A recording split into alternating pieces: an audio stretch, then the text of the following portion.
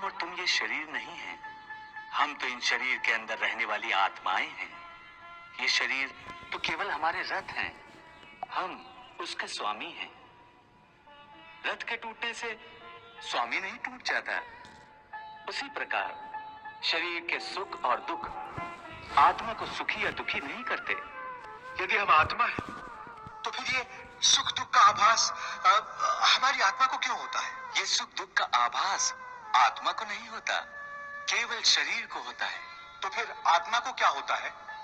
आत्मा को कुछ नहीं होता, क्योंकि ये होना न होना, सुख दुख, सर्दी गर्मी, ये सब प्रकृति के नियम है। आत्मा तो अविनाशी परमात्मा का अंश है, इसलिए आत्मा प्रकृति की सीमा से बाहर है। आत्मा अचिंत्य है, मानवीय चेतना के चिंतन के घेरे में नहीं आती। अर्जुन, आत्मा पर प्रकृति और सृष्टि के नियम लागू ही नहीं होते, क्योंकि वो सृष्टि और प्रकृति दोनों ही की पहुंच से बाहर है। जैसे एक चिंगारी अग्नि का ही अंश होती है, वैसे ही आत्मा परमात्मा का ही अंश होता है। इसलिए वो नित्य, अजन्मा, सनातन और सर्वव्यापी है, स्थिर रहने वाला और अचल है। हे पार्थ, आत्मा को न कोई शस्त्र काट सकता है, न उसे अग्नि जला सकती है। इसको जल नहीं गला सकता, न इसे वायु ही सुखा सकती है।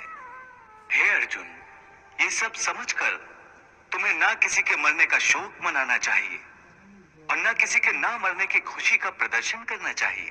हे केशव, ये सब मानकर भी कि आत्मा नित्य, सनातन और अजन्मा है, उसे शस्त्र नहीं काट सकते, आग नहीं जला सकती, फिर भी प्राणी की आत्मा को दुख सुख, शोक खुशी, मान अपमान, पीड़ा और आनंद का एहसास क्यों होता है?